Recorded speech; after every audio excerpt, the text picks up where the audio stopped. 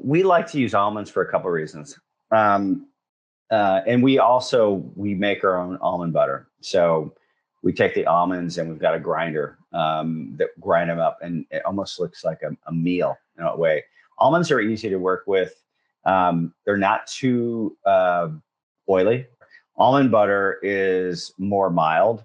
It doesn't overpower. It kind of works in concert with the other flavors. So we often do an almond butter, peanut butter combination, which tastes incredible. I've always been an almond butter fan for years. I use it on my apples. So, and I probably use more almond butter than I do apples in my own life. But it's been, and it's a very immune friendly product. So it's healthy. It adds a nice little crunch to our bars. And we're definitely keep using more and more almonds in everything we do. As a matter of fact, we just launched a bar called our travel bar, which is peanut free, because you know how you can't have peanuts on an airplane anymore. And we're using almond butter.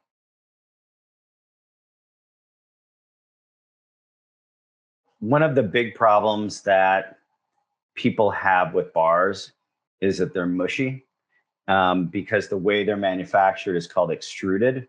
And extrusion is when you almost put something through like a sausage maker and it just grinds it into a mush. And people don't want to eat mush. So a lot of manufacturers will then throw a coat of chocolate on it and call it a day. For us, we wanted everything to be crunchy. And so our bars are crunchy. A lot of people say it's almost like eating a Rice Krispie treat. It's really, really crunchy. That's where the almonds come in. So almonds provide a really nice crunch. And also, for lack of a better word, they're kind of nice to look at. So you'll see, jagged or broken pieces of almonds in our bars that are attractive. Because I don't think anybody would say that a protein bar is attractive. But my sister always says you eat with your eyes. And so that the product, whether it's the dessert cups or the bars, they have to be pretty. And so if you look at our bars compared to everybody else on the market, like we hand drizzle our bars. We spend a lot more money than anybody else does. And we grind our own almonds and we grind our own peanuts, and it makes for a more attractive, pleasing bar. I have found that people who are really athletic, like the guys who work out at my martial arts gym, these guys will eat three in a row. I mean, I could never eat three in a row. I brought out some samples to them and they're like, wow, the side of the tiger is great. And then they have a cookies and cream. They have another one. They eat like 3, 4, 5 bars. But then again, they're burning off 1,000 calories an hour. They need it. So I think probably most people eat it before 6 p.m. And if you dive deeper, most people are eating it before noon as a breakfast or lunch. The majority probably eat it as a meal replacement, especially the keto bars. They're eating it as a meal replacement, especially the keto cups are eating it as a meal replacement. The functional bars, they frankly taste really good. And probably people eat it as a candy bar replacement. I know my son, who's 13, eats our cookies and cream as a candy bar replacement because my wife and I tell him to stop eating candy bars. So, different use cases for different people. But in general, and I just got this data from Amazon last week, is that we skew 59% female. Most people use a meal replacement. Most exercise 4 times a week plus. Now that might be walking, it might be yoga, it might be whatever. It doesn't give I don't know, because they don't tell us the data. College educated and middle to upper income. So those are, kind of the demographics of what a lot of people shoot for.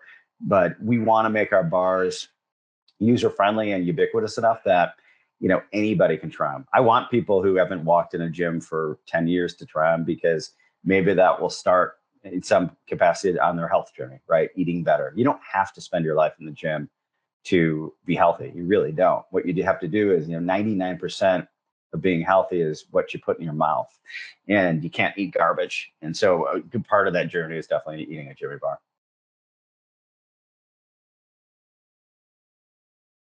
I can't imagine anybody listening to their consumers more than we do. Like, we will literally make changes on the fly. Here's a good example. When we launched the keto cups, I called them pudding.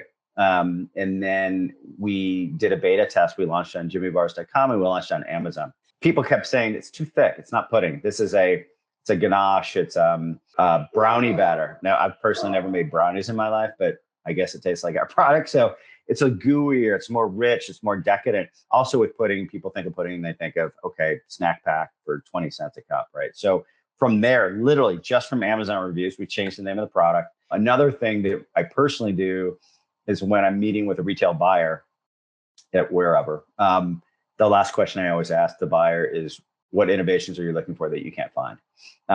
Which actually led to using almonds for our travel bar. So in our travel bar right now, which is on American Airlines flights, it was peanut based. Obviously, you can't have peanuts on an airline. And so we changed it to almond, and we picked almonds over other nuts because the utility of the almonds is so vast, and it's frankly a very easy nut to work with.